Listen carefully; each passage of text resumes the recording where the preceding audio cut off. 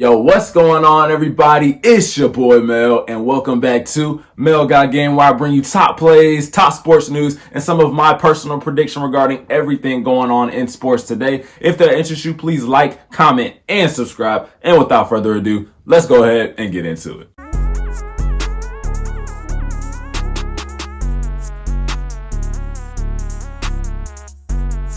Now, those of you who have been subbed to me for a while, you know that I love to talk about the Atlanta Falcons. I mean, if you're new here, just scroll through my page. I mean, over half of the videos on my page are about the Falcons. But you know why I love to talk about the Falcons so much? Do you? Do you really? Man, it's because the Falcons are the best team in the league. There is no team right now in the NFL that can compare to us, okay? I don't care what y'all say. We're just like that. Okay. I'm trolling. That was all a joke. Do not take anything I just said. Literally, it was all a joke. I was just playing. Us Falcons fans are delusional, but we're not insane. But the real reason why I love talking about the Falcons so much is real simple. And it's just because I've been a Falcons fan ever since a baby. I mean, an infant. I'm pretty sure the first words I uttered as a child was rise up. And another reason is y'all just love watching the Falcons videos. I don't know why, but the numbers don't lie. I think it might be because y'all love seeing me get my blood pressure up talking about this team. But I do got a lot of Falcons fans on the channel, so I definitely want to keep you guys updated on all the top Falcons news, updates, all that stuff, so you don't miss anything. So with that being said, let's go ahead and wait a minute. You guys hear that? Oh, it's my phone. Should I take it? I'll take it. Hello? Roger Goodell. Yeah, bro, how'd you get my number? Oh, don't worry about it. Okay, that's cool. Oh, you said anybody that doesn't subscribe to my channel and like this video right now, that their favorite team is going to go 0-17 this season? Oh, yeah, for sure. I got you. I'll tell them. I'll tell them, yeah. I don't want to get in your bad graces or anything, for sure. I mean, you're helping me out, you know what I mean? Okay, yeah, for sure. All right, have a good day. Hey, y'all heard the man. I don't make the rules. Y'all know that NFL script ain't nothing to play with. So go ahead and like, subscribe, comment, because that's what Roger Goodell said. I don't want y'all favorite team going 0-17. I definitely don't want my favorite team going 0-17. So go ahead, do what the man say. I don't make the rules. Don't shoot the messenger, okay? But let's go ahead and get into what we're going to talk about today. So you guys came here for my prediction on where exactly I think our signal caller, Desmond Ridder, is going to rank amongst the other quarterbacks in the league. Now, there are 32 teams in the NFL, and each team typically uses one quarterback for that season. Sometimes it does vary a little bit when there's quarterback changes and injuries and different circumstances like that. But usually before the season kicks off, we like to rank the 32 quarterbacks that we know are going to be playing for a majority of this season. Now, in those rankings include different sorts of tiers. So, we got top 3 to top 5, which are the most elite in the league, the top 1%, if you will. Then you have top 10. And when you place a quarterback here, you're basically saying they are above average. They're not the very best, but they are among the top signal callers in the league. Then we have top 15 to top 20. And when you place a quarterback here, you're saying they are average, maybe a little bit above or below, depending on their strengths and weaknesses and what they bring to the team. And then we have bottom 10. And with bottom 10, we don't really need to say a whole lot. These are the worst quarterbacks in the league. These are the guys that I was talking about earlier that are probably going to get benched maybe later in the season and make some room for some more quarterbacks on this list. Now, I think heading into this season, some quarterbacks are a lot easier to rank than others. Like me personally, based on last season at least, I consider Patrick Mahomes, Joe Burrow, and then Jalen Hurts as my top 3. And then I would throw in Josh Allen and Lamar Jackson if we're talking about top 5. But for other quarterbacks, that is where the lines blur, and for Desmond Ridder, that is exactly the case. I mean, where in the heck does this man rank among quarterbacks right now, and what is a realistic ranking for him later in the season? We have seen very little from Ridder in the NFL thanks to our Marcus Mariota debacle from last season. So all we really have to go on right now is his entire college career and then the 4 games he started towards the end of the season from last year. And then, of course, some of the off-season practice reports that really tell how Ridder has been performing in minicamp thus far. And on this channel, I've already went over Ridder's college career a few times, so real quick, I'm just going to run through why exactly we selected him 74th overall in the 3rd round of the 2022 NFL draft. Ridder came off a very impressive college career where he was the American Athletic Conference Offensive Player of the Year back-to-back years, as well as being named to the first team ACC in back-to-back years as well. He became the Bearcats starting quarterback in his redshirt freshman year and also led the Bearcats to a 9-2 record that year, while starting 11 games. He would then improve every year in his development as a dual threat quarterback, and it was put on full display in 2020, passing for 19 touchdowns and also having 12 touchdowns on the ground. His biggest leap would come in his senior year where he led the Bearcats to a 13-1 record where they see their first playoff appearance in school history, as well as becoming the first team in the group of 5 conferences to make the playoffs. He would put up a college career high 30 touchdowns and 334 passing yards along with 158.7 passer rating as he would finish his college career among the top quarterbacks in college football. And while 2022 wasn't a big year for quarterbacks as only 9 quarterbacks were taken in the entirety of that draft class, making it the second fewest in NFL history, Ridder was the second one taken off the board after Kenny Pickett went in the first round. And coming into training camp his rookie year, Ridder battled with Marcus Mariota for the Atlanta Falcons starting quarterback job, which honestly, he stood absolutely no chance at winning solely because the relationship between head coach Arthur Smith and Marcus Mariota. And due to the ups and downs of the Marcus Mariota experiment, Ridder would get his first NFL action outside of preseason in week 15 against the New Orleans Saints, where he would have 97 passing yards and 38 rushing yards. He would get a little more comfortable airing the ball out more and more every game, as over the next 2 games, he would pass for over 162 yards in both games. In the season finale, he would put his skills on full display as he would put up 224 passing yards,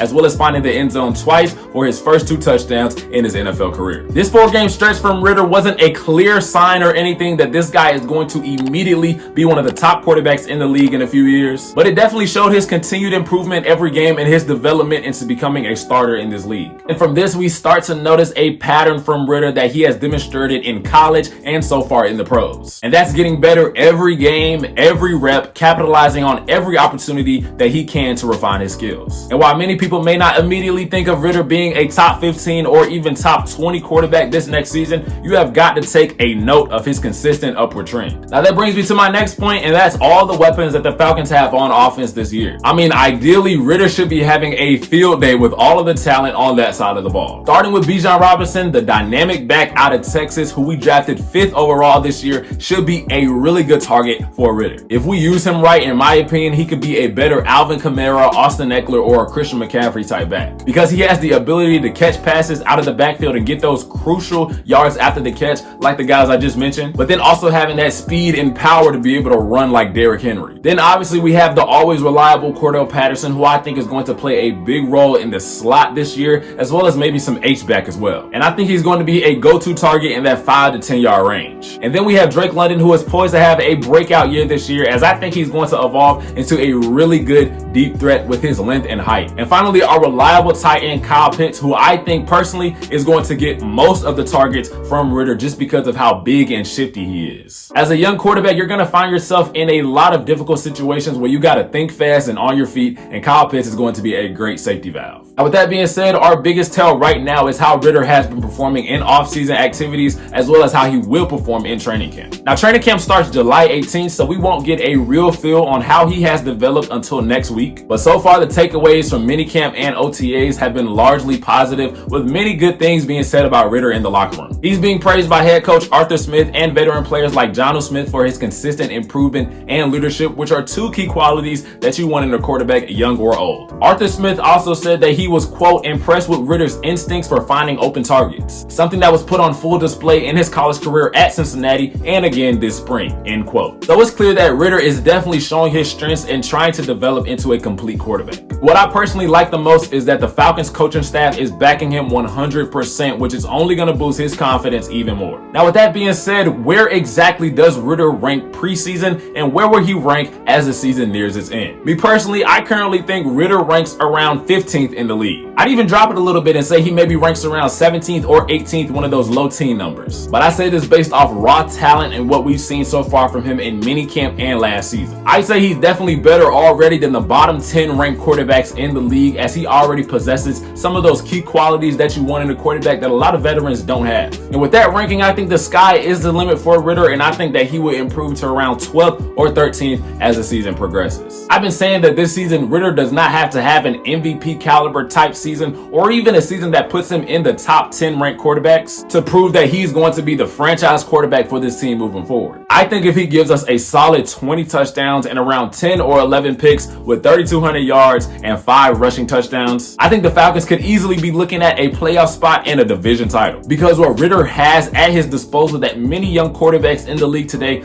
don't have is weapons that can do so many different things that Ridder doesn't have to go out there and throw for 400 yards just to have a chance at winning. We have a strong rushing attack that can really develop our run pass option into one of the top systems in the league. And the different ways we have of moving the ball is going to relieve a lot of the pressure from Ridder and slow the game down for him a great deal, leading to a lot more scores and a lot less costly turnovers. But guys, that is my prediction for Desmond Ridder this upcoming season. Let me know what you guys think of my prediction and where you think Ridder currently ranks in the league right now amongst NFL quarterbacks, and where you think he might rank towards the end of the season. But guys, with that being said, it's your boy Mel. Have a great rest of your day. Don't forget to like, comment, and subscribe. Y'all heard Roger Goodell earlier. He called my phone and said that your favorite team is going to go 0-17 this season. Nobody wants that. Nobody wants that. So just do yourself a favor and like, comment, and subscribe so that is not your favorite team. Think about this.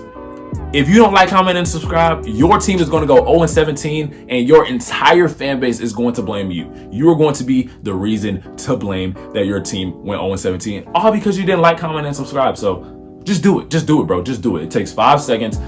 Like, just do it. You know what I mean? Just do it. Help a brother out and don't disappoint Roger Goodell. Don't get on his bad side. Like I said, that NFL script is nothing to play with. Right now, I'm just rambling, but go ahead. Do it, okay? Do it. Yeah, guys, I hope you enjoyed the video. Have a great rest of your day. Love you guys, and I'm out. Peace. Wait, do you guys hear that? Is that my phone? Hold on. Is that... Hello? Roger Goodell? Yeah. You said that anybody that doesn't subscribe and like to my channel right now... Okay. Much with that, but real quick, I'm just gonna run through why we selected him 74th overall in the 3rd round of the 2022 NBA draft. I was so close. Yo, oh god, I said NBA draft, man. Why was I thinking NBA, bro? Oh, NBA. Oh, so all we really have to go on right now is this.